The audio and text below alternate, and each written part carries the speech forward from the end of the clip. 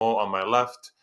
Both one of them is a Chelsea fan and one's an Arsenal fan, and I'm gonna get them to introduce themselves very soon. But let me just kind of let you know what we do on this podcast. We're gonna talk about games that happened over the weekend. We're gonna also have another episode talking about the midweek games, including Europe Cup games. Also, we're gonna talk about random topics that we feel like we really want to talk about because there's always things going on like coaching changes, clubs, announcements, anything that we feel like is an event that we want to discuss, we'll have in there. We're going to also, a segment we want to have in the podcast is just to talk about players or teams that we feel have been underlooked or underappreciated over the season and just kind of throw them a shout out. So, and there's going to be much more discussion on the podcast, but the most important thing for all of us here is to make it casual, to make it fun, and to not be too structured in the podcast. We want to be free on the things we discussed or talk about. So I'm going to first introduce my co-host. So I'll start on my right because you always start on your right. And that's Wassim, who's the Arsenal fan. So let us know how you became an Arsenal fan and where you're at right now with the club and the team. Damn, putting me under pressure as going first. Yeah. I mean, Arsenal is ahead of Chelsea. So. Fact. You know what? We're going in the chronological order. Yeah. We'll take that. Alphabetical, we'll say. Yeah, I'm a Barcelona fan. So, yeah. I say our era, I became more of a soccer fan first in 2006 in the World Cup. At that time, my team was Germany in that World Cup. I had to pick a team Germany. I had to pick a team to be different because all our family was Brazilian fans. Yeah. So I just wanted to be different, and I guess they were the hosts, so they were pretty dominant that year. They lost in the semifinals, right? Yeah, to Italy. Yeah, heartbreak. Extra time. Extra time. It was a nice goal. But then after that, I just was starting to watch the league. At that time, based on what we had, it was showing Premier League, and that's when I started watching. And at that time, my favorite player was Cesc Fabregas. That's who I kind of felt a connection to when watching. And he was 17, 18. Yeah, and then I just and honestly, at that time, it was Arsenal more now about the beautiful football. That's kind of when the Vieira and the Henrys left the club, and it was just more about youngster and free flowing football. Yeah. So it was an easy team on the eye to enjoy. When you were younger, it was an easy team to enjoy because you don't care, I guess, when you were young about trophies at that. You just what catches your eye. Arsenal Fan TV wasn't introduced yet. Yeah. There was no toxicity. Yeah. And from there, just stayed on. My first heartbreak was Cesc Fabregas leaving the club, but from there we moved on. And more heartbreaks later on. To my club. And you know what's crazy is this tells our age a lot because Fabregas is a coach now. Yeah, so true. We just exposed shout out to Fabregas. Thank you, Goated player. Okay, Mo, tell us about. He's a Chelsea fan. So I'm a Chelsea fan. And you know what? Half the time, whenever I tell someone I'm a Chelsea fan, they assume they're you became a Chelsea fan when Abramovich took over because of the money. Yeah. People need to understand. As a kid, like Wassim said, you don't understand ownership changes. You don't understand a club taking over. You don't understand millions being spent. You understand the football being played. Yeah. And me, I fell in love with Wassim. I fell in love with a player, Didier Drogba, King Drogba. Better than Henry? I think that's an episode on its own. Yeah, true.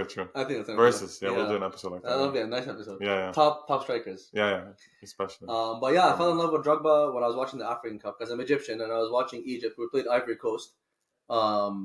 He performed really well in that game. I always have to mention he didn't score. I think 8 games against Egypt, by the way, 0 goals. Sheesh. Yeah, we dominated. You pocketed him? We pocketed him, man.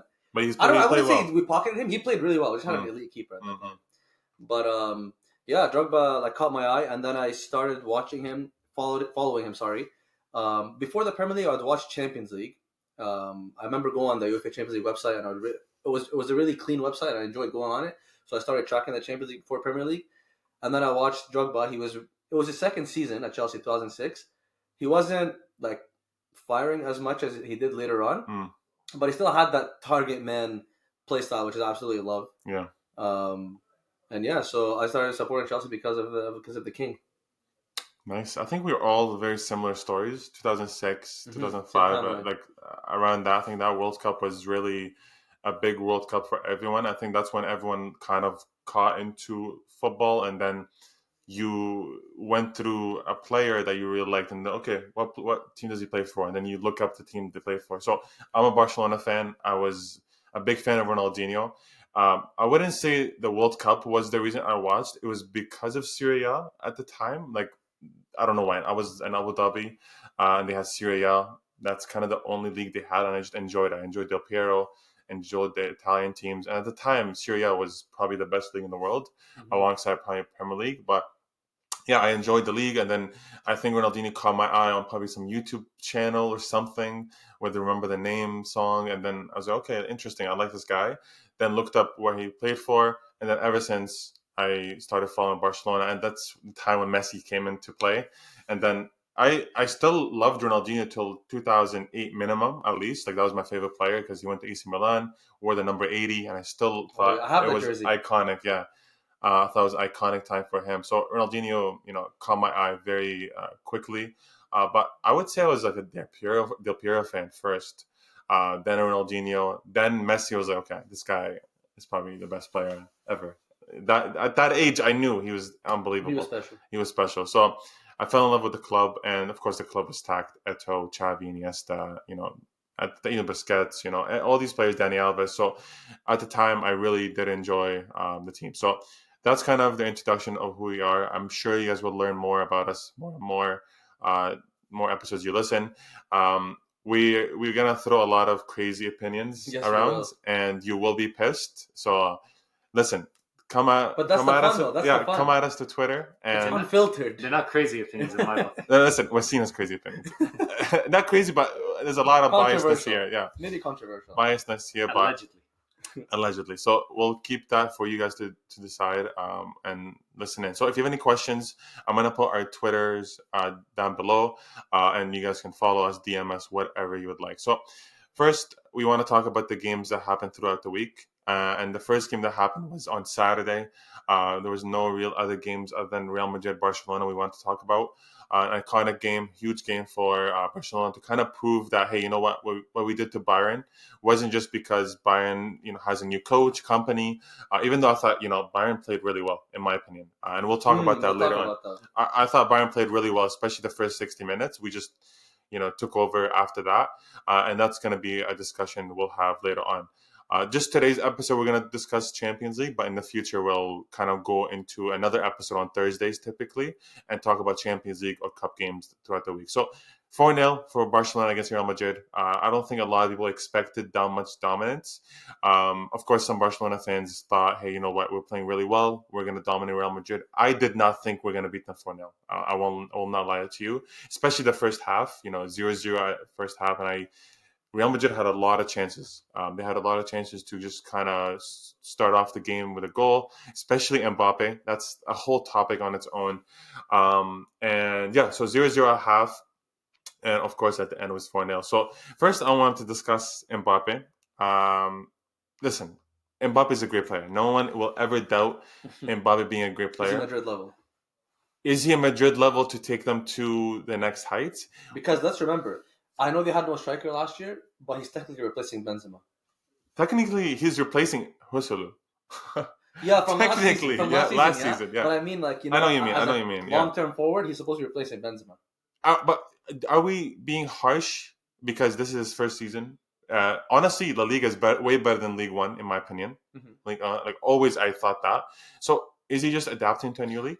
Big players adapt. I mean, look at Holland this first year as an example. As you think of the best strikers in the world. Look how Holland's first year was. Yeah. How many goals? No defender could keep up with him. That's true, but I think you have to think about Mbappe playing striker maybe because he's a left winger. He wants to play left. Like you're playing for Pep versus you're playing for Ancelotti. That's number one. Number two, Haaland came in and he came as the main man. Versus Mbappe, you already have Ego. You have Bellingham around him. You have Vinicius, and you have Rodrigo. I know Rodrigo isn't looked at in the same. You have superstars around. But you have superstars around him. But I'm disappointed because this guy was pushing for a move for so long. Yeah. I expected you to come in and hit the ground running right away. Like I'm not giving him leeway. Yeah. Besides, since Mbappe first came out from Monaco, I was always wondering how far he'll go because he depends a lot on his pace. He has amazing movement. Don't get me wrong. Yeah, he has great movement. Technically, I don't know. Is he a good finisher? He's a good finisher. He scores a lot of goals. Say he's a great finisher. Sorry, is he a great finisher? No, I don't think he's a great finisher. I think he's a good finisher. Mm-hmm. Consistent. He's consistent in terms of he has certain finishes he can finish. Yes. That's over the weekend when he played Barcelona. He had moments on the left where I'm like, oh, this is in. Yeah. Like, we're The near conceded. post There's finishes no that he way. likes. And even though a lot of them were offside, 8 offsides, by the way, That's crazy. he missed chances I would never think he would miss. So to me, it was more of a confident issue. I think he wasn't confident enough to be able to finish those. He did have that finish where he was offside, the chip one on the right side, but it felt like the ones that he would always finish weren't going in. And again, it could be a fluke game. You know, he's coming in and, you know, he's had a bad game, right? Because next season, we could be like, hey, you know what? He's breaking records. That's true. We don't know what's going on. You know, usually, not usually, but a lot of strikers will overthink a chance. I think this guy was actually underthinking. I think he underplayed the chance he was getting. It's like he just wanted to go off of muscle memory. And, like, you know, from the left side, he always does those, like, he'll fake. Players usually go for the far corner. And he goes near he goes near post. Yeah. It didn't make sense. Yeah. For some of them, Pena played amazing. He was covered. He knew Mbappe does that. So, let's switch it up and go for the far corner. It's open. But no, like, he tried that too. He misses it not completely, or it gets saved. I think he is robotic in the way he finishes, or I just don't think. First of all, he's 25 now. The technical level is not gonna go up too much from now. It's over. This is who he is. This is the player he is, and if he's not comfortable as striker, like think about Ronaldo. Ronaldo came at 23 to Real Madrid, I believe, or 24. And listen, Ronaldo was not a striker right away. By the way, his finishing also wasn't the best yet. It was not. So I'm gonna give him the benefit of the doubt, and he might get better next season, or even next second half of the season. So that's why I don't want to go crazy and say Mbappe will never. But that game was a joke, in my opinion, to go offside 8 times, not learn from the first half to go into the second half and still be offside so many times. He had offsides where he was a mile away from the line. And I'm like, are you not thinking? Are you not looking? I don't understand. A lot of great strikers look. And Lewandowski was a great example of that. Like, he knew, by the way, when he scored the first goal, he said to one of the players, he's like, I'm onside. He knew, like his instinct kicked in. So that makes me believe that Mbappe doesn't understand the striker's position. So that kind of worries me, but Mbappe could improve.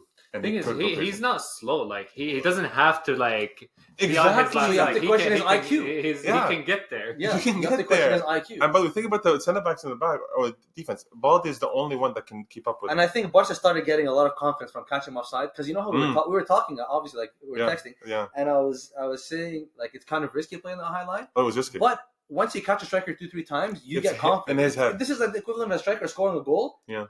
He's getting caught offside. Yeah. His confidence is going down, and their confidence is getting up. Like, they're gaining confidence. You know what it is? It's basketball equivalent. So when you go into the paint and you want to shoot, like do a layup or whatever, and you're aggressive to him, and maybe he misses, he gets fouled, he's gonna think about that again. He's okay. Should I go in again? And then Mbappe was, I think, overthinking. Even though you're saying it's underthinking, I think he was just like talking about the finishing. Yeah. So So he was like almost trying to. I don't know. I don't think he was desperate. When you get desperate, he was really desperate to score. He had to score. Yeah. He missed a lot of chances. Offside traps were killing him. And you know what's funny? Barcelona's high line was obviously doing well, but it was risky. It was like millimeters on offside. So I was like, first half, I was like, you know what? I tweeted, I was like, second half, if we don't change something, I honestly think we did change it. I don't think we were as aggressive with it. I think first half we were aggressive, mentally fucked them over. Second half we were a little bit less aggressive, and then we were able to kind of create chances off getting the ball back. So off of Mbappe, I think Barcelona played a really good job in terms of who they were playing. Like Vinicius and Mbappe were playing strikers. I think Real Madrid's issue and Mbappe and Vinicius' issue is that they didn't have the midfield to support them. And that's where the midfield battle kind of was lost on Madrid. Mm-hmm. Barcelona kind of dominated them. And especially that Barcelona's midfield is very technical. And they're able to receive balls from different angles, where Real Madrid are very... So I saw the first half especially where the second Camavinga would get the ball, he would try to swing it into Vinicius and Mbappe. Yeah. And even though that was kind of working here and there, that is not... You can't keep up with that. That's not a game plan. That's not a game plan. So Ancelotti, clearly that was a game plan. Let's catch them off guard. We have pacey players. Let's put them through. Honestly, also, I thought Vinicius played a good game. I don't think he was as horrible as Mbappe. But I feel like the game plan for Real Madrid is not sustainable. While as Barcelona, this is what they do. They're able to receive the ball with Pedri, Caicedo, players that are fine with the ball and under pressure. So the midfield battle to me completely was won by Barcelona, and Real Madrid's structure kind of fucked over the midfield and the strikers. But I just think it's a lot of workhorses in the midfield of Real Madrid. players I are don't think physical. Ancelotti knows his best lineup. You're right. I think the thing is, in the summer when the deal was made, I think we expected Madrid to just dominate. Just But based off the names, right? But I think in preseason, like I didn't follow them that deep in preseason, but I feel like they might have taken it easy because I feel like they've been struggling the whole year. It's not just like I think this was like a deserved outcome based on how their year has been played out. It's like a humbling they needed because like they've been like skating by, and there's like some like drop points. Like I think the first game of the season, we expected even the Celta Vigo game, they won 2-1, they barely got through. But you know what seems talking about preseason? I'm pretty sure Ancelotti's players came back really late. Was it the end of August when they came back? August. I remember reading about it, August 8th or something. I mean, they were the French. No, what was it? Euro. There's a lot of international, and the Copa America. Yeah, but here's the thing. That's not excuse. Where do you work on team cohesion there? Also, what do you think? What are your thoughts on the highline? Can you guys win a title? I'm not gonna say the league. Can you win a title with like a Champions League? I think we can win a title. Sure. Can you win? You can. The issue with Champions League is that I remember when City lost to Leon, and they were playing that crazy high line, and I saw like if you are not 100% with the high line, you could get fucked over and lose. Klopp did that with Liverpool during COVID, I think it was, or the year after COVID, and my God, they struggled. He tried it for a season, and they ended up dropping the line. Yeah. But Flick won the Champions League. Yeah. I'm not gonna say playing this exact football, but the high line was there. This aggressive high line. I think Champions League we don't win it this season. I think we go deep. But I don't think it's because of the high line. I think it's just the players' experience. It won't take you to the finals and win you a Champions League. Possibly, but I still think you guys can play against a team where like they unlock you. I just think you can counter this. Like you can if you figure it out. Yeah. But the issue is I think we have the team for it. Like I think highline is good, especially if you have a technical midfield because you get out of situations that are going to help you out. But at the same time, you can't rely on the center backs to always make the perfect. Because like I'm telling you, it was millimeters. Like Mbappe was getting this close. He was very close. Yeah, I think some teams could definitely challenge it. Like I think so. Like City? I think Liverpool could do with their wingers. They could like, challenge runners. that. Yeah, they have runners. But that's the thing. So here's the thing. I'm questioning Ancelotti so much because first of all, Bellingham played on the right. Okay, I'm used to seeing if in a big game, I'm seeing Valverde there. Yeah. But what I'm thinking is like maybe he played Valverde in the middle because he wanted like a penetrating run from the middle to break the high line. I think they rotated too, like Bellingham and Valverde. Really? Bellingham was stuck. Bellingham, I swear he was non-existent. And I'm not lying. Okay, what's the thinking behind that? You have Rafinha on the left. You want Valverde to track him.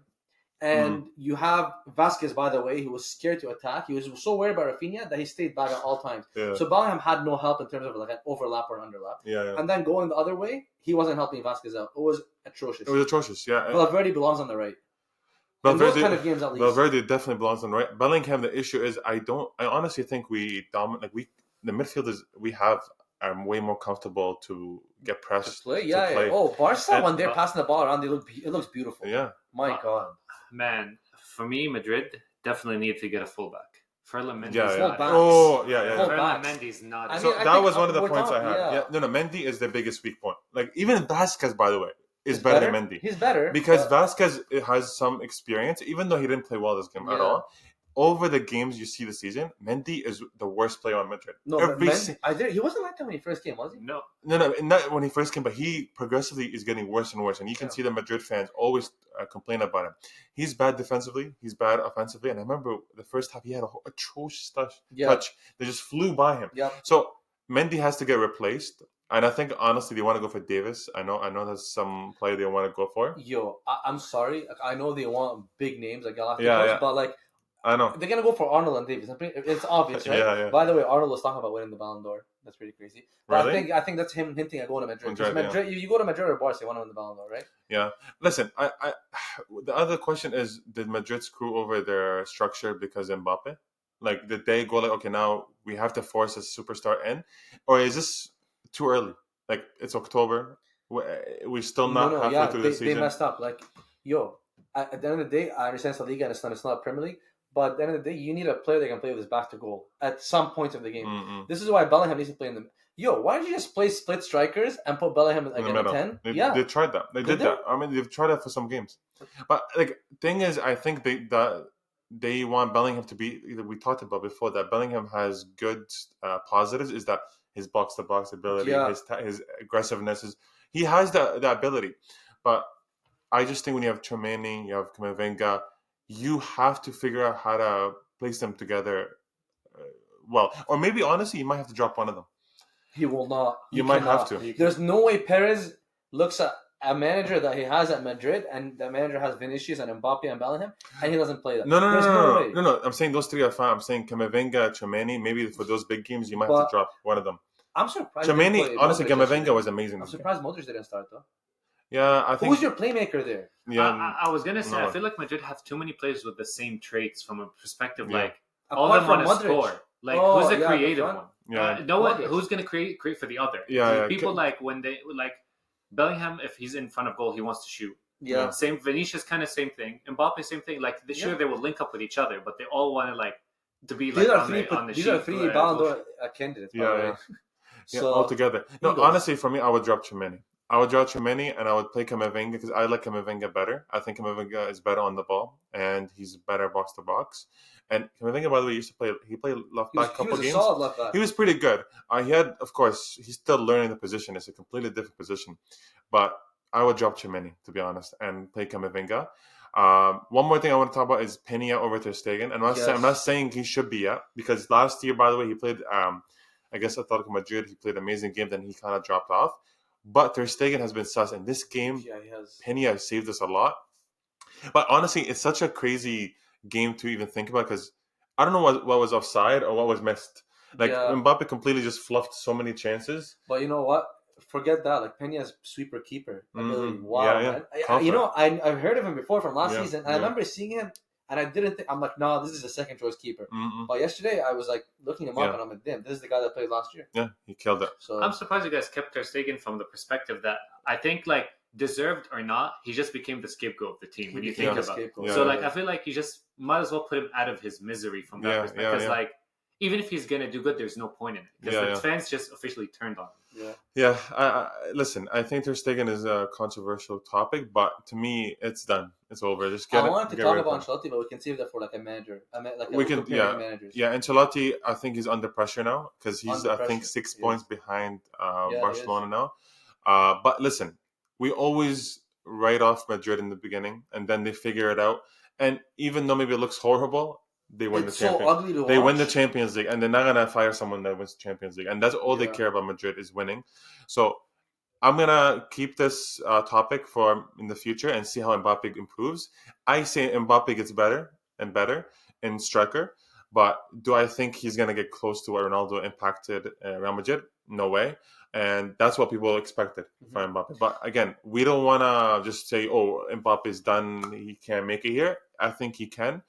But he has to want to play striker because if any is the best left winger in the world, even Mbappe, I think he's better than Mbappe. So you have to adapt yourself and play striker. Yeah. Agreed. That's what I think. Okay.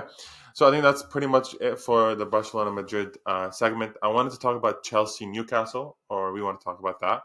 But first I wanted to say, before I get to Mo and his opinion, Chelsea was fined 75,000 by the FA. Oh wow, surprised. The FA is doing something against us again. Wow. By the FA. Wow, did you see that shock on my face?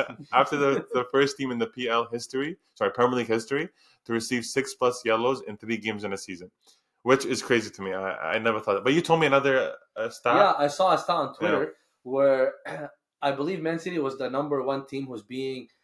I think they're averaging a yellow card every 2 fouls. Which, when you think about a team like Man City, that makes sense. They play with all the players high, right? So they're making tactical fouls on transition, on turnover, which makes sense.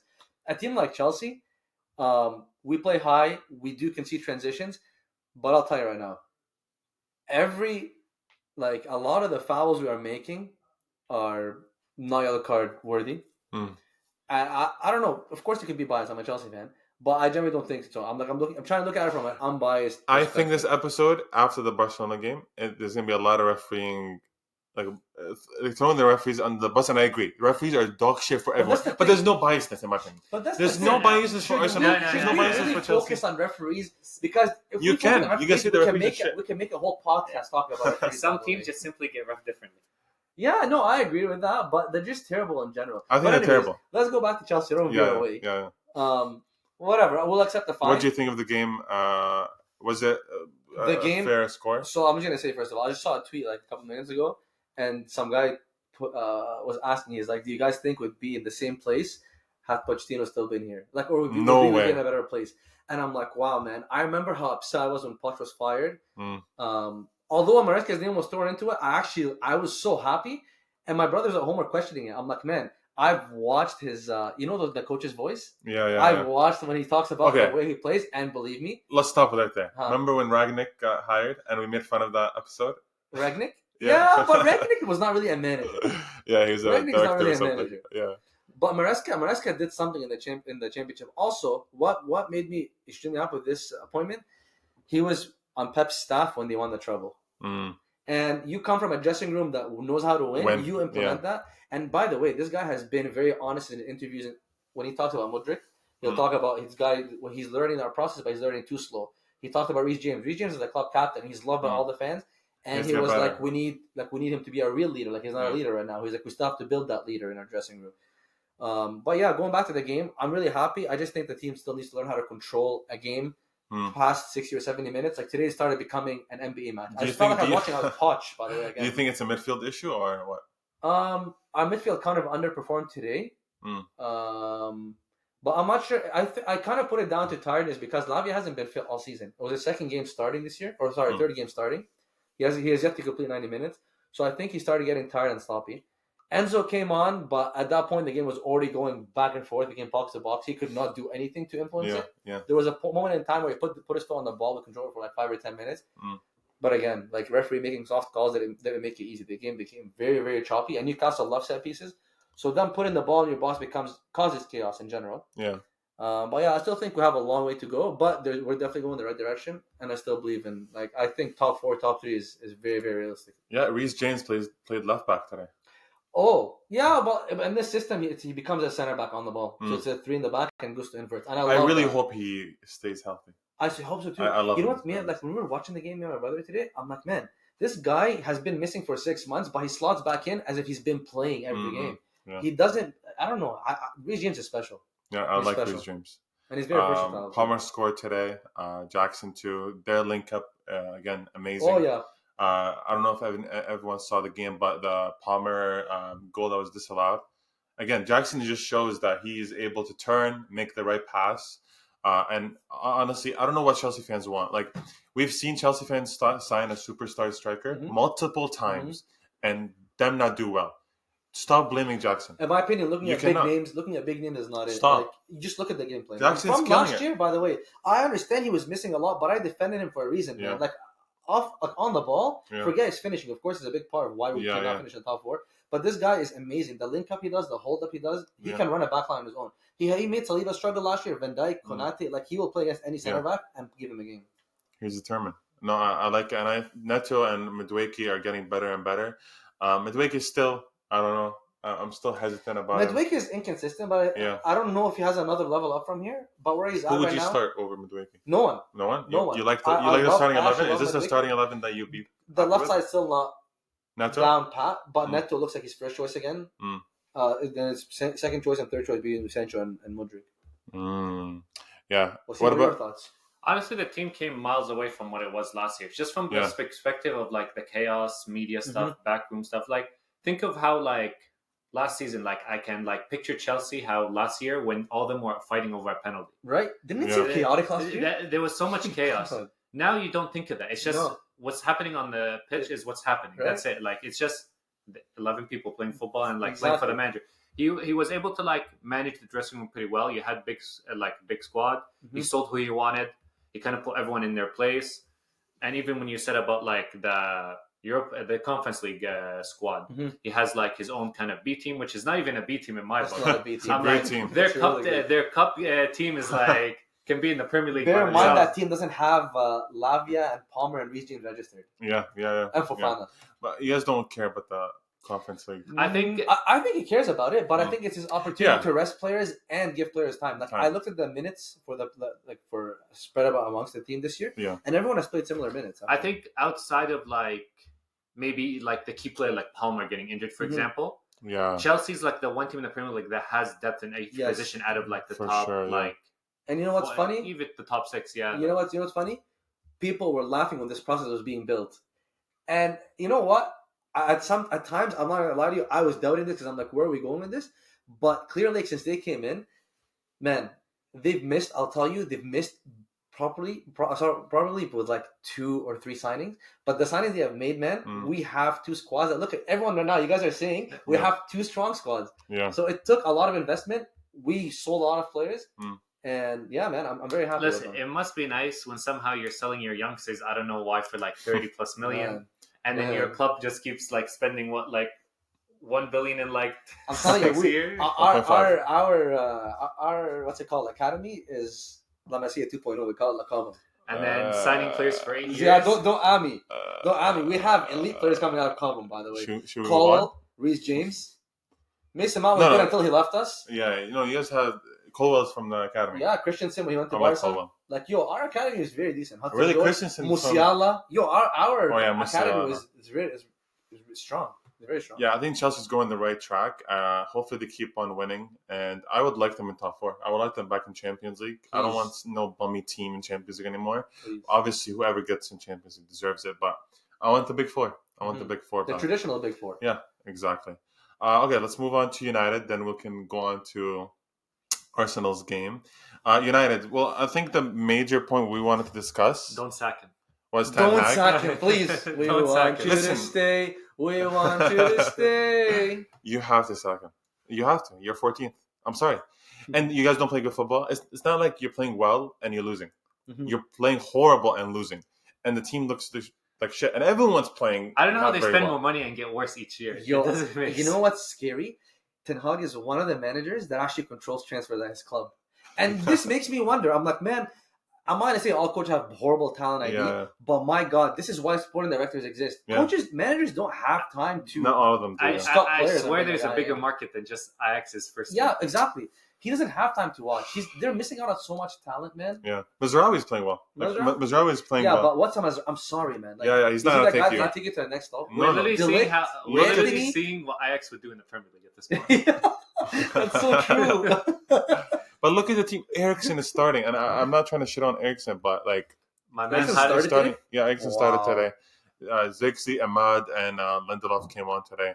And he's stunting the growth of Ahmad, by the way. Yeah, to play. Very disappointing. Zirkzee was going to be the next best thing. Yeah, and honestly, I rate Zirkzee as a player. He's been bad at Man U. He's been trash, to be honest. But no. But here's the thing: we talked about this before.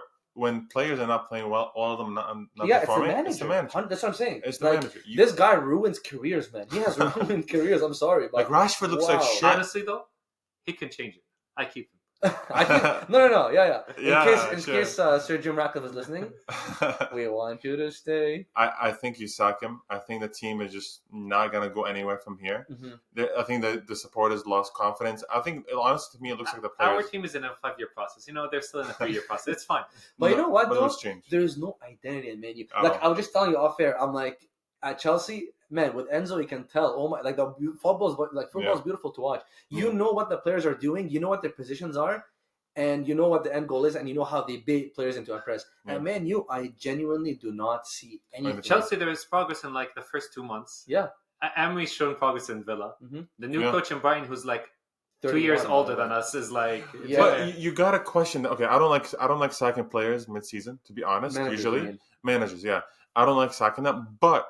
You had the summer to sack him. Get him out of the club. Not only did they fire him, they bought his players. So even if a new manager's come, he might not want them. So exactly. Wassim is so correct. Yeah. Because what I was thinking, I'm like, you know what? Maybe their idea was, because I know Man United is messed up at a board level. Sporting directors, scouts, whatever you want to say. Yeah. So I was like, you know what? Maybe they came in to fix the board and to fix the club within the inside. And then look at a manager. But then you give the guy money to spend. So are you building a team for him, or what are you doing? Because this is his team. He's the one that gives, like, the only players that weren't his, which he gave new contracts for, so technically they're his now, is Rashford and Bruno. Rashford got a new contract? Well, I think he got it out of Ten Hag, or I could be wrong, but he might have done that. I think you're right. But even then, it's been 3 years and you're still playing Rashford, so he's your player at this point. You can't argue. They do have a lot of injuries too. Like their superstar Anthony was injured.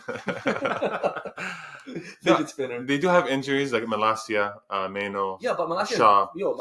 Come on. I know. I feel, guys, He's on Foot Mob. If you were on Foot Mob, would you have known? Remember him last year? Sorry, I wanted to actually shout out Mano. Like Mano is a good player. Yeah, but you know what? He's gonna stunt his growth too. Yeah. Oh yeah, he stunned out everyone, but injuries could be impacting him. But I don't think that because the last 2 seasons have been horrible, and there's no growth, and there's not like for example when who was coaching them? Their ex-player. Giggs? No. Oh, Solskjaer. So yeah, him. Giggs was way back. way back. And I could see a team. I could see like what they're trying to do. Yeah. So with him, I don't see anything. When you have to bring on Maguire and put him as a target man, you're finished. You're finished. Yeah, no, he's finished, man. Like he needs to leave. They need like a refresh. Yeah. They need to get rid of Deadwood. Like for example, when The whole team is we Deadwood. say that every year. But when Arteta came in, he got rid of Deadwood. Enzo came in this year, got rid of Deadwood. He has Deadwood and he bought more Deadwood. Yeah. The team is Deadwood. Who do you? Deadwood FC.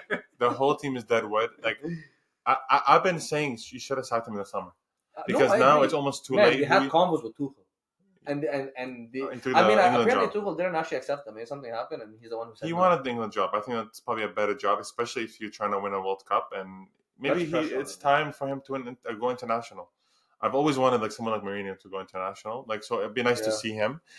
You know what I was thinking? Sorry, I don't know if it's on topic, but I was thinking of something because you know how we have like this resurgence of like young managers coming into clubs.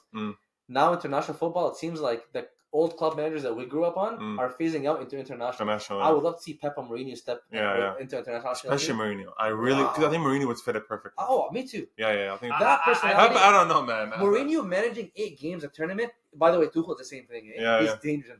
Also, we need new pundits, so I'm down for them to become pundits. Punditry, when Wenger and Mourinho were like hitting that, it was nice. Get Gary Neville and Carragher and company out of there. Yeah, they're done. They had a nice peak, but United and Liverpool have strong pull even in the media. By the way, like when I saw that Sky Sports, I'm watching the Chelsea and Liverpool analysis last week, and no shit, you're gonna go against Chelsea. In the studio, you have Sturridge played for both clubs, but he was last associated with Liverpool, and he was more successful there. You have Carragher, who was a club legend, allegedly. I don't think he's a legend. And then you had Kenny Dalglish's daughter sitting being the host. Where's the Chelsea? You'll probably say Roy Keane. And then United, you have Roy Keane, Scholes, Gary Neville. Chelsea, there's no reps. Maybe Jimmy Floyd Hasselbank. And then maybe Gallas, but this guy's talk shit about my Lampard, I don't think he's interested in that either. I think he's coaching, right? Yeah. So I don't know what these guys are doing. Just one more thing about the United game. They had a penalty in the end, West Ham. What do you guys think? I think it was not a penalty. Controversial. I think it was a joke. But just to get rid of Ten Hag, give them the penalty, man. Get this guy out of the fucking club. I hate United, by the way. I love seeing this. I grew up like on hating United. Yeah. I don't know if not anymore. I hate them. I generally don't hate them right now. They're nothing now. Shout out to Alma. I pray on his downfall. So this is beautiful. Yeah, honestly, one of our friends. I agree with you. I agree with you. I don't see anything, but it's fun to still. I like seeing that name and the team logo lose. Like, man, it gives me satisfaction. They're 14th place. 14th place. I've been in the trenches for years, so this is okay. You have been in the trenches in Arsenal. Yeah. I would sack him. I don't think it was a penalty. Again, the referees are a joke. That's why I didn't want to get into each team, and I think Wassim is gonna dig deeper in that. But if Ten Hag survives after this next international break, I'll be surprised. There is no way. But who are you gonna replace him with? In my opinion, an Inter man. Anyone, honestly. Get Gus Hiddink back, man. Well, they supposedly got Van Nistelrooy on the side, so. Van Nistelrooy could take over. Van Nistelrooy coached. He coached PSV though, and he actually did pretty well. We say who's gonna take it. I don't think it gets worse than 14th. If you see the teams are under United, you're right. They're going nowhere. They're closer to the relegation battle than anywhere to top. Like it seems like Dutch managers don't have a good when it comes to United or when it comes to managing in general. Apart from Cruyff. Yeah. But who's been doing well with United? United, I think they're cursed. They need a manager. Ferguson really had someone character that's gonna come say it how it is. Tell the board this is who we need to get rid of. That's what we thought Ten Hag was. No, but remember with Ronaldo, he was like. But from the beginning though, you could tell he didn't have character. I'm a Ronaldo hater, and I thought it was crazy. He was doing that thinking he's gonna win that dressing room over, but after he did that, he had a falling out with Sancho, didn't he? Yeah. So, but Sancho was to blame because he didn't apologize. No, of course. Yeah. But there's a way to deal figure with it out. Media, and you want to go call the guy out. Yeah. The media's not going to take your side. You need a coach that plays with respect, and at this point, I don't think anyone respects him. No way. But you know what? When they speak in the interviews, they somehow back him. They have to say that. But the captain Fernandes, you could choose not to do an interview. Yeah. but they actually speak positive about that. But I think honestly, when it comes to interviews, I feel like soccer players are more like robotic. So I feel Yeah, like but they're also gonna say, I think that sometimes you're tired of switching managers. You're like hoping this is a one. Fernandez has been through how many managers? He's like, yo, I need this manager to work. He's been with 3 managers Like now, right? at one point, you're like, okay, it's us, not the manager, right? That's what they think. I was gonna say though, at what point do you blame the manager? At what point do you blame the club? That's true. Like I was gonna say, you can't really have a good team that has amazing players but a shit manager. You can't have them do well, but you also can't do well as a manager with shit players. Yeah, but what could it be? Could it be? Is it It's a the mixture, facility? of course. Is it just the mentality? Is it just like, hey, we've been losing for the last 10 years? I mean, mentality for sure, because Spursy became a thing because of like the longevity of how bad they've been and how like they've been ballers. It looks like Man U is becoming that club now, which is crazy. And I think Ferguson This is a global club. preyed on some demons that are just fighting back now. Yeah, to be honest, but I'm really hoping Ten Hag gets fired by international break. I'm not. But I do enjoy this downfall, so if they don't, it's fine. On to the better game that we enjoyed watching was Arsenal and Liverpool, 2-2. the mighty Reds. Arsenal conceded in the 81st minute to Salah's goal, which I'm happy about because my fantasy. But Wassim, tell us what you thought about the game.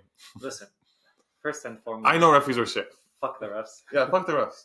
Here's the thing: That's we the can hashtag. get deep into refs, or we can touch on it and move on because refs. I think we're gonna go on. We can talk about a little bit what you think. Outside of the there's a lot refs, of bad because the calls. refs we can argue about if it's been for that way for the whole season. So Mhm. like I would have to go through like different games. Overall, I was pleasantly surprised. I was more worried before the game started, just knowing who was fit. Because if Saka wasn't fit and Timber wasn't fit, it was gonna be chaotic. Yeah, it was. Yeah. Yeah. Especially I Saka. think the game went well in the first half. It wasn't like anything too bad. I knew we were home, so we're going to dominate in like stretches of the game, and I knew Liverpool will have their moments as well. Outside of like chances on target, neither keepers had to do anything. The chances that were on target went in for the most part, like other than maybe a shot like from far and like the keeper comfortably caught it. Yeah. A lot of it was just scuffed shots, volleys in the air. I thought the team did well. I think the 2 goals I felt like that we conceded were just soft goals. The first one was a corner where just Havertz should have been at the near post. Havertz should not be getting beat in the air by Diaz. The And thing is- Havertz is good in the air, which is Because he got beat from the perspective that he let Diaz go in front of him and he just knocked it down. Like it's it wasn't passive. like he was out. He was just way too passive. Yeah. Second one, I know we could blame the youngster Skelly for it, but I felt like Martinelli could have done a lot better with the ball that he got. He let him the ball went like behind him, lost it, and I feel like he does the whole time. Every time. Wait, you're talking about the goal? When we got countered at the very end, yeah. Mm. Honestly, I thought Martinelli was like kind of poor the whole game. I feel like every time he goes Konate, every time we play Liverpool, he's like Konate just has him. Konate, I'm gonna say, I thought he was man of the match. Really good. He's been good. I thought he was amazing, He's been and good all I get it. It's intimidating to go against him. He's pacey too. So. Yeah, people I think want us to go more offensively in the second half, but honestly, after like a couple of injuries, our back four after like the 60th, after 60th, like let's say it was a 32-year-old midfielder and right back whose legs are gone. Mm-hmm. We had a right back that was center back. We had Can you say that though? Honestly, he is, but honestly, he's been playing right back for 3 years. I feel like he's like. But that's like Maitland-Niles thinking as a center midfielder. He's been playing right back all year. But I think this is honestly now Ben White's position right back. It is. He's a right back. Yeah. Right back. We had our third choice center back, which I think any top team he would be 7th choice. And we had a youngster in left back because Timber just came back from Asia, and I think his legs were gone. Yeah, and Salah knew that too, by the way. So honestly, and that's when I thought Salah started going in. Yeah. When Timber was like losing his legs, Salah was getting like all through. But honestly, with that kind of back four, I thought we had to go a bit more on the counter, Cautious. more like structured. Yeah. Outside of like individual mistakes, I thought the team played well. Like Havertz, I felt like was looking for fouls more often. I think he should have just stayed strong a couple times, which was frustrating a bit. Mm-hmm. That's the issue with Havertz to me, because Havertz feels a little bit more nonchalant. But he usually the camera's on him. He's trying to act cool. Like, But just you know what? hit the ball. I sometimes. usually like Press the- Havertz. Havertz is usually strong. I know he Like- goes down at weird moments. Yeah. And for a majority I of the think time, he's and I strong. think partially also is like Van Dijk also gets luxury. So I felt like some of those were fouls. Sure, like a couple of times Havertz went like down softly, but like it's not like he dove every single time when the ref was signaling him to get. Van Dijk gets luxury. Like he gets luxury calls. He doesn't get the yellows that other center backs are supposed to. And But yeah, like Havertz was that. Moreno like was good, but also like he had like a couple of like Shaky. sloppy, shaky Yeah. moments that could have like That miscontrol for Salah's shot. yeah, and it was like a straightforward pass from Saka. Mm-hmm. I think he'll build into the team to play better. To be honest, Like it was just a couple of performances that were not up there, but I thought overall 2-2 was Yeah. a fair result. It was frustrating, but it is yeah, what it is.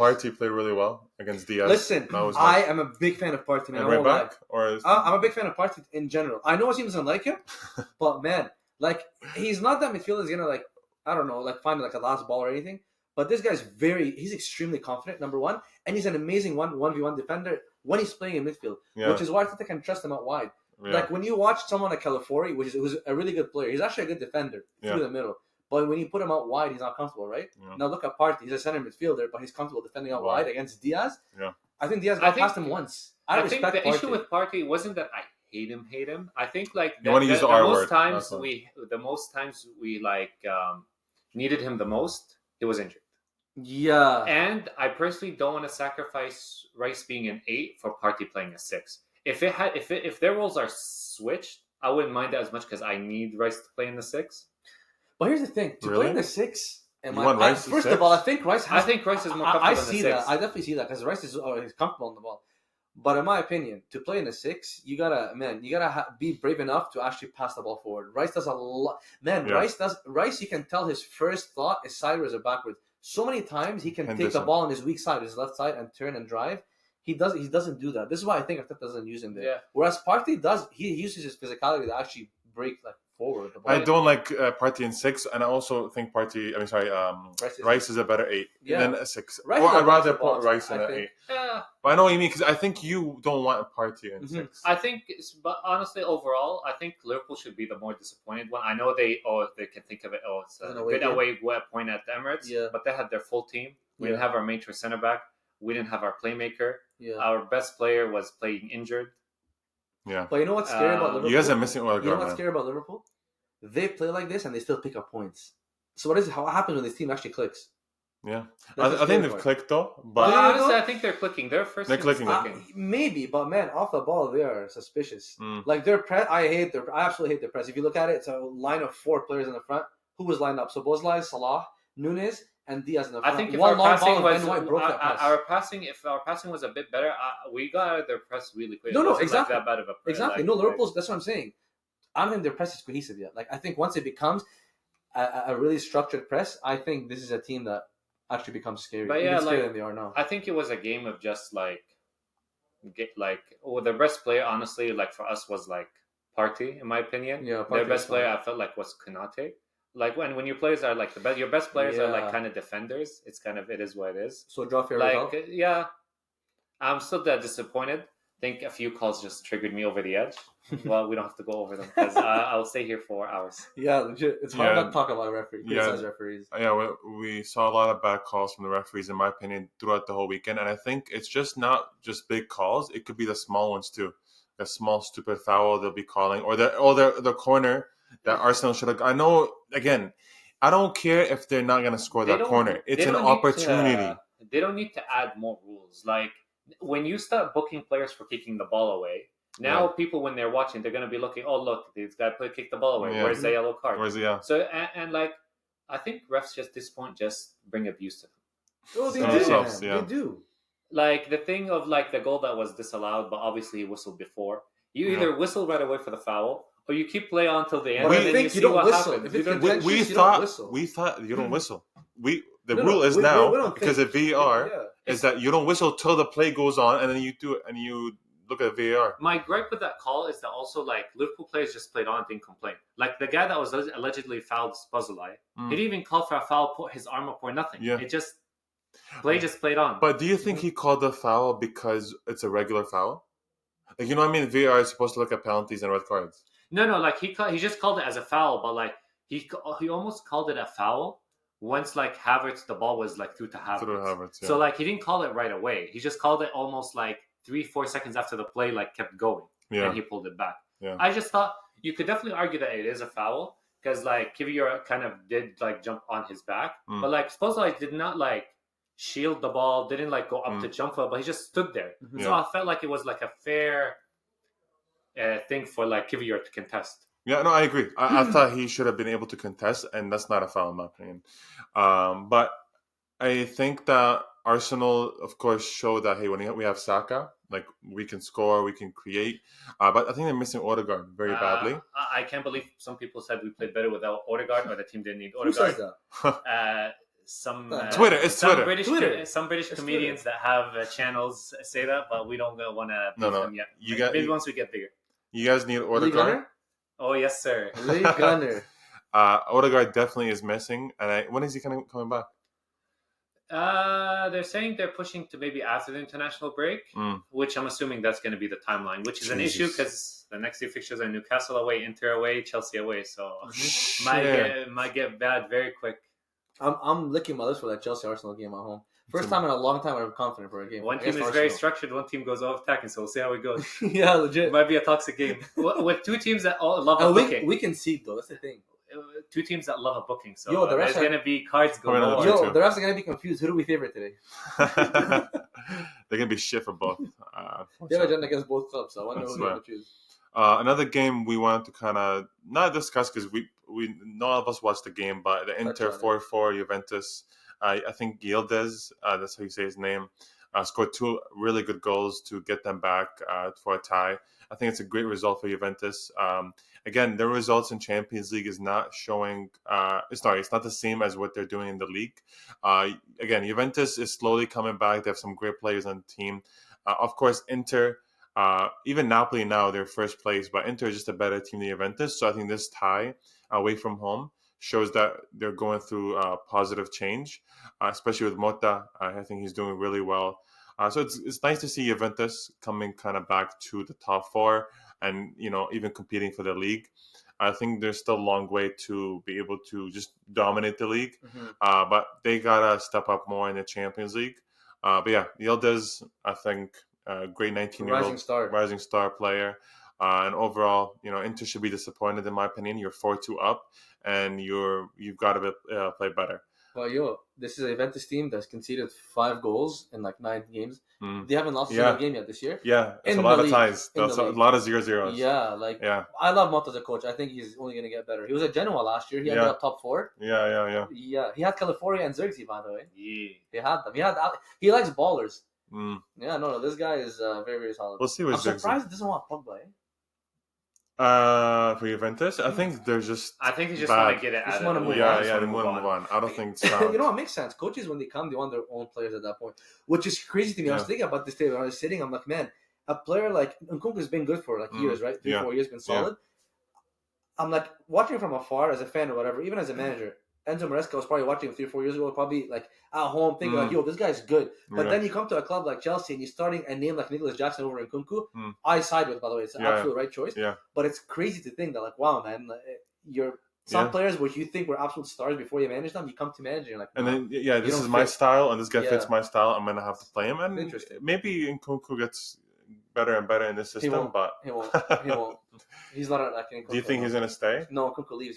He's way too good of a player, by the way. This guy, let's not forget, this guy was a Ballon d'Or. It can be a starter elsewhere. Yeah. He will start for any team. A lot of teams he will start for. By the way, in Arsenal, he will start for you. He will start for an Arsenal. Believe me, as a number 9, he is a goal scorer. He's a link-up player. He's better than Havertz. I know. He's better than Havertz. Listen, but if we get a striker, I need Isak. But we'll talk about future. Do you want Isak though? We'll see. Newcastle don't know how to play him. Let's not go into that. But that's a great, I think, topic to talk about later. But actually, a question I was going to ask is, where do you guys think Pogba goes? Where do you think? I said Marseille. I think he's at the stage of his career where he wants to go back to France. And I think a manager like De Zerbi rates a player like Pogba, like someone that has that technical ability. I think best thing, is French. I don't think he wants to deal with English media. Don't look. Don't look at the English. He's not going to United either with after the interview. I think France might be his best. I think France. Maybe try to find your way in the French team, but it's dead. But just go to France, play. He's talented, man. He's way too talented. He's way too good at talent-wise, one of the best in our generation. Yeah, no, seriously. Which is scary. Oh, and another about Pogba. 23. Or sorry, how old is Bellingham? 21? No, Bellingham's like 21. 21. Pogba was better than Bellingham. Pogba was. If you were too young to see, go back and watch some clips. But Ziad called him a Vine player, but I did. No, but Oh, by the way, He was a vibe player, a very moments player. I used to be a big hitter of Pogba, but talent-wise, I would never shit on him. He was unbelievable. Well, don't you His long balls, his ability to, his first touch. My gripe with him was that he was never able to figure out a position that he was perfect. Like he would But excel isn't at. that down to a manager? I think that here's the thing. Yeah, though. it could be. Talent He ID? could have been unlucky and had just bad. But okay, you know what? I'll Pogba give you at that his point. best had a midfielder that was a destroyer. I like when he had Yeah, Vidal okay. around Marquisio him, and Vidal. Yeah. or like in Conte. France when he had Conte. Yeah. But like United didn't bring that to him, and they want him to play be different. Him going back to United made him a lot of money, but his career went down after Do you that. see what I said about Mourinho when he's at United? He was like, we were like boyfriend and girlfriend. Like one day you fight, one day you make up. He was like, he's like, I want to have a sit down with him after like everything's done and like talk about everything. I would love to see that. He likes me. I actually loved Mourinho. We'd all love to watch that. Okay, I think that could be let's see where he goes. I would love for him to go to French league and again. Marseille's watch building a him again. demon team, Loki with Deservi. Yeah, and get Rabiot out of the starting 11. Rabiot's that player that just jumps around. Yeah, because his mom, You know he played for his Spurs? agent. He plays for Spurs at Really? a moment in time. Yeah, I don't even remember very that. random. We wanted to kind of touch base on the games that happened over the week. Real Madrid, Dortmund. We'll just touch this a little bit, but Real Madrid, of course, coming back. But again, this is a game that, by the way, Dortmund, first of all, do not play good football. So that comeback wasn't. Are you seeing him in the league? Yeah, exactly. Horrible. I couldn't believe he took off his wingers though. The moment he took off Yeah, his he wingers, went- that's it. Also, Madrid at home in the Champions Yeah. League, it's a love story. They don't lose there. Yeah, Yeah, they're Champions League tax. It's People Champions don't League. have other- And lastly, individual brilliance. Did you see the goals? Yeah. A set piece, and then the rest were genuine Vinicius. individual brilliance. Yeah, Vinicius. Yeah. No, Vinicius. Listen. We're gonna talk about Ballon d'Or. So again, that to me kind of stamped Vinicius to just. Oh, if he didn't play the Barcelona game, it would have been a nice last game to win the Collecting the Ballon d'Or. after getting slapped 4-0 at home. Yeah. Wow, It's that been just beautiful. hits different. But I think he's deserving. But we're gonna talk about that after. Barcelona, Bayern again. They scored 4 goals against Bayern, and after that, Real Madrid, showing that they're picking up form and doing really well. Bayern are still figuring it out though. Like the company is kind of like trying to make them play the way They're he not wants playing to, bad. but, They're like, not playing bad. They're playing at all. okay. Like, Yeah. They'll figure it out. Honestly, like these losses in Champions League, I don't think it'll matter. They'll I make agree. it through, and they'll be. I feel like with the new structure, as long as you're just into the next round, you're into the next round. Yeah, but you It's know like, what? Because they already lost to Villa, and now they lost to like Exactly. So look at that. Look at that. Or the They Villa one are was bad. losing. I'm sorry. The German league is the German league. If you go to Bayern and you don't win, Yeah. it's kind of embarrassing to not win the Bundesliga. It is embarrassing, but apart from last year with Leverkusen, Yeah. like freak season, I can't say they played well against Barca because he did not want to exploit a high line. Again, he was But like, he tried to was very exploit it with the. He tried to do the switching. yeah, but Ziad, think about this. Hitting a diagonal, the other team has so much time to get back into shape, to drop their line, to Yeah. recover, Yeah. to get into position. Versus like a breaking pass from the middle. He had Muller next to Kane. Where's the pace? You knew coming into this game, Barca are gonna play a high line. Muller and Yeah. Kane, where's your runner? Kane's gonna drop. But and Muller's a Bayern's box midfield player. is not built I for understand, in the middle. But where's Musiala? Why Why are you dropping Musiala? Yeah. Where's Sonny? Where's Coleman? I'm sorry, man. No, Stop. No, no, Sane no. is not a player. I love Muller, Scott is not but it's playing. 2024. Yes. He should not be starting games. Should not be starting I games. agree. I agree. Agreed. But Coming don't off you the like bench. forget how Sonny is as a player right now? Yeah. Okay. I think, and if you have an ounce of a brain cell, you play one pacey player. Gnabry's not pacey, Muller's not pacey, Kane's not pacey. That was a front three. Gnabry. That is pretty crazy considering you're playing against an extremely aggressive high line. Yeah. So you cannot even attempt a long ball. You keep seeing Kane drop to a 9. Sorry, like a 9. But Kane loves doing that. I know exactly. But so who are the runners then? Yeah. How are you as a manager doing this? Why are we sitting at home talking about what he should have done, what he didn't do? I mean, he said Olise. You could Well, consider. he's not a him- runner. Yeah. I don't consider He him- likes he wants the ball to holding feet. the ball. Yeah. So- Gnabry, Muller. Yeah. They played Kimmich, Paulinho. I'm Paulinho. very against what he did. Midfield. The issue I think they have is their centre backs, man. Upamecano and Kim really look shaky. Kim especially. He's Kim not. especially, or I don't know, both of them. Both of them are especially. horrible. Both of them are trash. No, both of them are trash and shaky. And Paulinho has not been playing well actually ever since he came in. Paulinho, no. And has not been playing well. Man, Paulinho is not. I'm very shocked about Paulinho signing. By the way, it failed. But they and won. They Yeah, tried it. they failed. Yeah. This is crazy. Like I saw him at Fulham. He was a good destroyer, but Yeah. to play for a top, I don't know. I look at the Bayern team team. like Bayern is crazy. Yeah, I look at the Bayern team, and it's not scary anymore. No, it's not. Like scary. no, seriously, like Kane is the only scary player. And Yes. by the way, Kane is such a killer, man. He's a killer. He's such a killer. Like, I love Kane, and if you put the ball into the box, he's getting into it. But the team, Kimmich, Palhinha, midfield, ew. Like, to me, that's ugly. I like Kimmich. Kimmich No, should Kimmich have is left good. a couple of years ago. Kimmich is good, but I don't think. Like, even by the way, so Neuer, like people were debating that Neuer, gets the big injury. You guys keep him. You guys don't sign a keeper that can compete with him. And he's old anyway. And he's older now, and you can see it. So I think that Kim Upamecano Neuer really kills you. Yeah. Even if you play well, the other team can kind of kills you off. Confidence to play against that. But moving on to just a little bit, Lille, Atletico. Even Atletico today, we're recording this on a Sunday. Atletico lost to Real Betis away, 1-0 own goal by Jimenez. Again, I feel like that's the same thing as Bayern. Atletico's team don't look very strong in my opinion, even though they made those signings. Gallagher, Alvarez. They Sorloth. The Simeone era is coming to an end. The squad building. The Simeone era has been done, in my opinion. It's been done 2 years ago, but I think because he got the new contract. Again, loyalty right here shows you that it can kill you.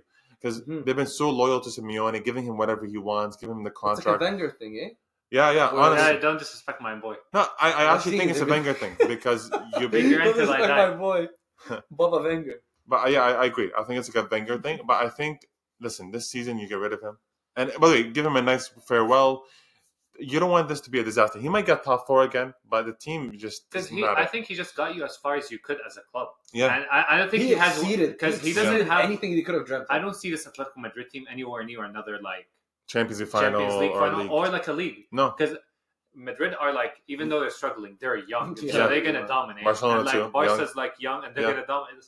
So I don't. The thing is, where are you gonna go? Yeah, I felt like he should have went to Inter a long time. I agree. Me too. But you know what? They have Inzaghi. Wow. Yeah. So like now it's like. I mean, let's see how Inter plays this season, and then maybe you go to them this season, or maybe you take a break and then you go to. United can dangle money on him and just ask him to come. God, that'd be a disaster in my opinion. But do you we'll think see. United get him? I think they're too in tune with their culture of like the football they play. Yeah. I know, but but in terms of the football they play, it's like when Spurs hired Nuno Santos. They got Ten Hag to play attacking football with football. I don't know, man. Yeah, I think Simeone going to United would be the worst thing that could happen. It'll be interesting to watch. It'll be fun. It'll be fun to see a disaster happen with United again. Is it fun? We need a change. I need competition again. Don't worry. Enough competition. Don't we have enough competition? Don't worry. Okay, the next topic we want to talk about was the African Player of the Year list that came out. Well, I want to give this to Mo. He's more of an expert on African football. But you said to me off air that you not understand, but you know why they took out some players like Salah. I understand it. Yeah, I understand their thinking. Do I agree with it? It's absolutely no. Yeah. So basically, at AFCON, what it seems like from the list that I saw is that it seems like they're only judging players who actually played in AFCON. African. Yeah. So the biggest three names that got omitted were Salah, Nicholas Jackson, and Victor Boniface. Yeah. And what those three have in common is Salah, I think, got injured in the second or third game of the group stages, so he never got to play in the knockout rounds, right? So they didn't regard him as one of the best players in Africa, which is crazy. Yeah, it's crazy. Saying Salah and not best player in Africa is something else, but we'll ignore that right now. Victor Boniface, he had a couple injuries, so he didn't get to feature in but he still played really well. He still scored a lot of goals, and he had a big end to play in Leverkusen's undefeated season. Yeah. And then, who else did we say? Nicholas Jackson. I'm not going to say he should have won it. Of course he shouldn't have, but he's definitely top 5, top 6 players for sure. in Africa. And again, he got very little minutes for Senegal in the AFCON. Especially when you look at the list, to be honest. Yeah, and I understand the list. Like, there are some good players that I'm happy they're on there, like Simon Adingra.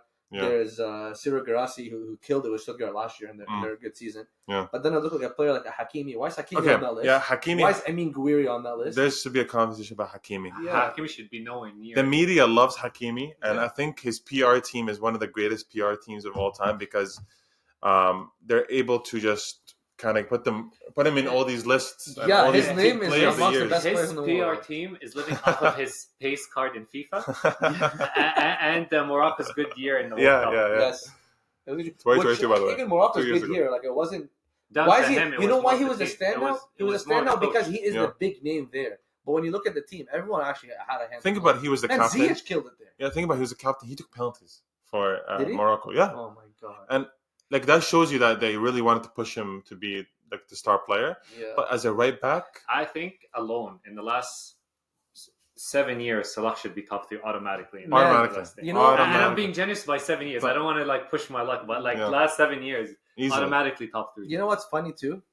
Salah last year, which people say was a bad season for him because of the expectations he set. 18 goals in the league. Wow. He was injured from January up until, I'm not sure, but he was injured for a good few months. Yeah. And he came back. He was not sharp. Salah had lost a lot of sharpness. But So- 18 games in 32 Premier League games and Yeah. 25 goals in 44 games in all competitions. That's more than a goal every other game. That's pretty respectful. Name me another player in Africa putting up these numbers. You won't find one. You won't find one. You won't. This guy is a Ballon d'Or candidate. But How is he again, not in the AFCON? This happens a lot when someone's just doing really well for a long time and then they go You like... get bored of them? Yeah, But yeah. you know what? I'll tell you something else, honestly. We dominated Africa, Egypt, right? 3 African Cups in a row. 04 or 06, 08, and 2010, okay? Yeah. None of our players ever won Best Player in Africa. Really? We dominated Africa. We had probably arguably one of the best keepers in African history. Yeah. One of the best midfielders in African history as well. Never mentioned. Strikers like Mohamed Zidane, we had Mido, like no one was ever talked about. So I generally also within Africa, Egypt isn't really looked at as an African team because we're based in Northern Africa, similar to Algeria, similar to Morocco, similar to Tunisia. They would look at us in a different scope, which is not fair. We're still from the continent. 100%. So but who do you think wins it? Who I think if we're going strictly just off of Ivory Coast won it. If we're looking strictly off, Ivory Coast won it. Yeah. If we're looking only at the AFCON, England deserves it, and he actually had a decent season with Brighton as well. Brighton too, yeah, I agree. Yeah. I was gonna say him because if you want to go off of just AFCON, he probably will win it, and he played pretty well for the league. You agree with him? Yeah, I agree with that. Yeah. I think it's between him and the Stuttgart striker, but that's Ciro Grassi. Ciro Grassi had a very good season in Germany. Yeah, but clearly they're favoring the AFCON. Yeah, which is great. Which is stupid. It seems like they want to bring light to it, but they're just bringing more controversy. On top of the controversy that already exists in that continent, you're bringing more by like omitting big players from that list. Even Fabrizio Romano spoke about it, man. That's how you know it's. You know what? You can argue too. They did it on purpose, like to they want attention. Maybe. Honestly, I could see that. Yeah. I could see that. Our last topic we want to talk about is the Ballon d'Or pick. We talked about Vinicius killing Dortmund and getting a hat trick and kind of like having almost a dream last game almost into the Barcelona game to win it. So obviously it's Vinicius or Rodri. Do you think so? You don't think Bellingham's on that list? Listen, this will be the last episode of this podcast if Bellingham wins.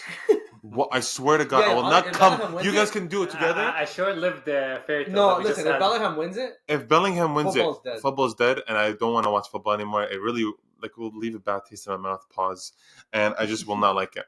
To me, Vinicius, even as a Barcelona fan, and I don't like Vinicius. I can see how good he is. I don't think Rodri honestly will beat him to it. You don't think so, but do you think he deserves it? Who do you think deserves it? Who's your winner? If you were to award this, and it's not based off of journalist votes, who's your vote? Vinicius. Wassim, who's your vote? I think Rodri personally. I think Rodri, and I wouldn't only want that for like because it'll give First of all, I think it'll give a different dimension to football because you know what? It's gonna be like if you actually perform well for a very long time, you deserve it regardless of your position. Versus right now, they keep giving it to attackers, and I think this is our chance to break that whole attackers only win Ballon d'Or stigma because this is the first time Ronaldo and Messi are not in that nomination, and you can actually give it to someone else. But is that the reason why you want? No, so that's not the reason. I'm just saying this is actually definitely adds on to my reasoning. But Rodri is very underappreciated, man. I don't think anyone ever thought we would see another Busquets. We're seeing a Busquets with goals and more physical and more physicality for sure. And he, by the way, I know he's a Busquets, but this guy low-key can function as a box-to-box, which is scary. So I don't think he's a Busquets, because Busquets is like a lot technical, nice look. But I think this guy's technical and physical too. So he scores important goals. How many important goals has this man scored? He scored the Champions League finals too. Yeah, he scored exactly. Yeah. Well, Roger gets my vote. I think the shitty situation about is like they play two different positions, so like their role is two different. And attacking always stands out. Always like people remember what Vinicius did last year. Yeah. But they both, in a way, kind of accomplished similar. Like Vinicius won the league, won the Champions League. Rodri won the league, but the Spanish team won the Euros. Yeah. So I feel like accomplishment-wise, it's fair. But I feel like Rodri over a long stretch of time, he's just it's a consistent 9 out of 10. Whatever happened to the Ballon d'Or being an individual award instead of like a... Because team? right now we're basing it But off we of always say that. Like, I know. We always say that, like but the success it's not of like that. like the success of I don't even Madrid think last year. didn't know what the Ballon d'Or is. What did wasn't you know like- what Ballon d'Or is? The You success of Vinicius last year, of Madrid last year, wasn't from Vinicius alone. Like, how many times did Bellingham pop up? How many times did Joselu pop up? How many times did Yeah, Rodrigo like, pop up? there was a lot Rodrigo's of- so underappreciated. You Like, can there was a also- lot of heroics from You Madrid. can to, like, what they argue got. that with Spain too. I'm not saying heroics, but I'm saying Rodri played a really good, tournament. Mhm. But you can also argue that the Spain team was altogether a really good team. No, that worked together to win. It wasn't like Rodri was I agree. carrying the midfield. I thought Almo played I amazing. understand Vini winning it. Yeah. How the thing I understand, but who gets my vote is definitely Rodri. I think it's fair. I agree with you. I think it's either way. And honestly, if Rodri wins it, I'm happy. Okay, I'm happy him winning who's it. your top five? Top 5? Put me on the spot here. I put Vinicius, Rodri. I don't know. I have to think hard. Think. Hold on. I have to think. Okay, let me tell you mine. You can think about it. Okay. Okay. I'll put okay. You put Yamal? Number 1, Rodri. Okay. Number 2, Vinny. Number 3, Bellingham. 4, Yamin Lamal. And number 5, Wirtz. I absolutely love Wirtz. man. Yeah. Wirtz had a season. Okay, then I can probably pick. I'll probably pick Vinicius, Rodri, Haaland. Holland, okay. I'll pick. Honestly, I'm still like this is the last year, right? Mhm. And last year, I'm trying to think. France didn't do very well. No, in the Euros, no. They were underwhelming, man. I'm gonna put Ritz too, and then honestly, listen, fuck it. I'm putting Yamal. Yes, no. Yo, Lamal popped off last year. I'm putting Yamal. This is not even Putting Yamal. controversial. I love the Was kid. he was cooking. Wait, he was 16? 16. He was cooking at Cooking. 16. It's cooking in. Yo, Michael Owen, who? Euros. 16 is unbelievable to me. Wassim? I think it's a fair list. I would go like Rodri, Vinicius, Bellingham, Holland personally, Holland is a good choice. Holland, yeah. and probably Ritz. Yeah. And then like What a player. then what you call it?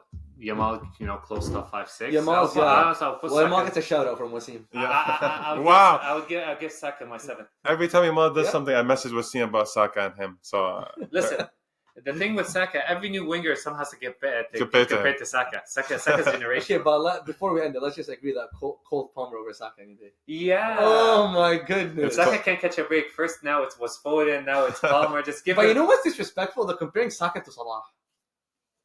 Huh? It's disrespectful. They're not even on the same stratosphere. They're- Saka's clear. Oh my goodness. no, I think they're the same tier.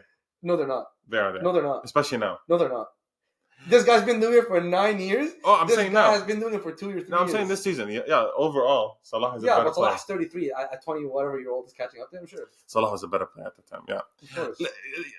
Again, this is a Let's not get into conversation. Saka. Yeah. Keep my Saka's I have story, some name out of here. uncontroversial opinions about Saka. I love him, but I don't think he's generational. Listen, Generation. yeah, he's not generational. He's not He's a good generational. player. Yamal He's is very solid. generational. Saka's Cole worst. Palmer generational. By the way. Saka's worst moment was a good moment. Cole So Palmer that's how generational. big he is. Who? Saka's worst moment was a big moment. It was a good moment for me. That's how big he is. And missing the penalty for England, I'll take it all day. He recovered. Oh well yeah, from yeah. that. Wassim is a English hater too, and all of us here. All of us I are think. England Yeah, haters, all of man. us here. are Well, you English know what? haters. Now I'm an England lover.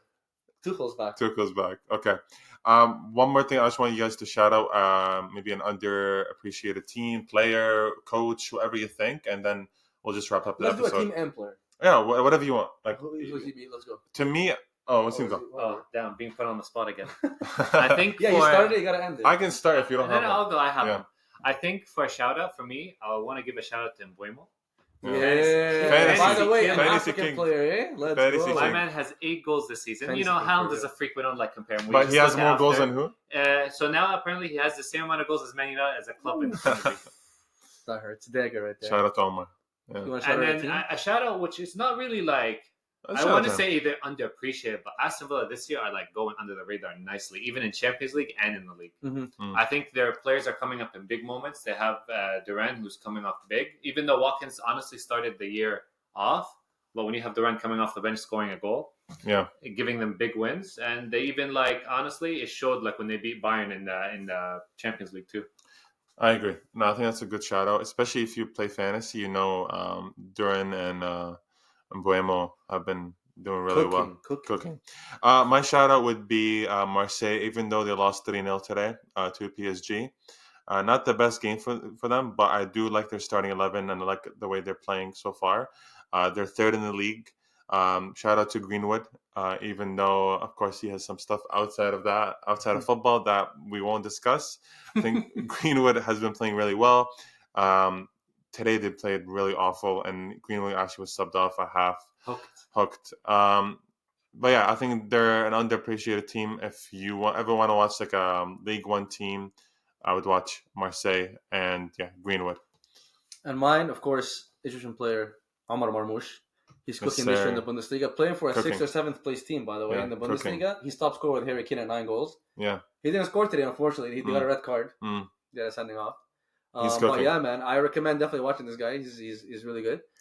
Unfortunately, he got discovered pretty late at like 25. How old is he now? 25. Like 25 or 26. That's not bad. Yeah. But that's like a dream. I got discovered earlier. I remember when I was 25, I was like, what if I become a footballer at 25? Yeah, same. I have a different. And every year you're like, every year you're 26, you're like, oh, 28.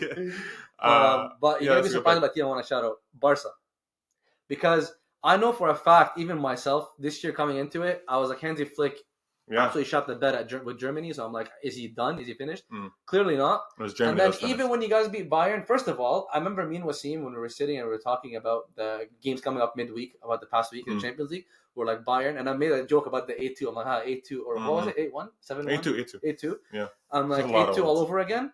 So I was joking about that. But then even when you guys won 4-1 and I was impressed, against Madrid, I'm like, no, Madrid's the real test. Yeah. So you know what? Barca against my show for sure. I respect that club. And I'm so happy they're back. Actually, I'm happy they're back because I always relate Barca to a team that, like, it's built on La Masia.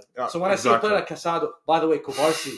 Wow. Yeah, we didn't shout him out, actually. We didn't say anything about him. He was amazing. Kubarsi is an insane player. Yeah, to play in a system like that, too. Yeah. Lamal. Like, this is La Masia right here. Yeah. That's the core of the team. Wow. Yeah, Fermin, too. And by the way, the way they, like, I swear these players, how they touch the ball and turn. Yes. I don't La see Masia that. products. Yeah. This happens only with Barcelona. And I really like that we did it this way. And we didn't go like the disgusting route that Madrid does. Listen, Barca's fall off in the past few years has been because you guys have been spending money. Yeah. You guys took Christensen from Chelsea, you bought whoever. Yeah. That didn't work. They resorted back to La Masia, and look what's happening. Yeah. Barca, shout out to you. All these 17 fucking year olds, I cannot believe it. 10 years younger than us. The transition from Messi was always going to be tough. Yeah. Tough. But you know what? They got their star boy now. Let's see. My star boy. Let's see how he does. I really want to see, like, if he does surpass Messi. We'll see. I think in 4 years, 5 years, we'll figure it out. Because at 21 is that when Messi won Ballon d'Or. So let's see. Okay, we've kind of discussed everything. Anything else you guys want to talk about? No, but I was just going to say, hopefully in the future we're going to have camera for you guys. That's something we wanted to add for sure. Do some YouTube shorts, some TikTok clips. For sure. And so we're going to have you guys interact with us as well. Exactly. And we want to be able to have us on camera because I think that gets us more close to the audience. But for now, just voice, imagine what we look like. Follow our Twitters, though. Follow our Twitters, that's where we'll tweet the most, and you can interact with us too. But that's it from us. And every week we're gonna do the shout out to a player, or if you guys have someone you want us to look at, because we're definitely missing people. Yeah, 100%. We're missing players. 100%. We're missing teams. You can't keep up with all the leagues and every single team, but yeah, that's it for today. Hopefully you guys are able to catch us next time. Subscribe, like, comment. I'm putting this everywhere: SoundCloud, Apple, Spotify, YouTube, everywhere you guys would like to listen to. And yeah, if you can just support us through just commenting, even that would just get us up in the algorithm. I don't know how to say that word. There's a lot of words you'll see I can't say it. But thank you guys so much for watching, and yeah, we'll catch you guys next time. Peace. See you guys.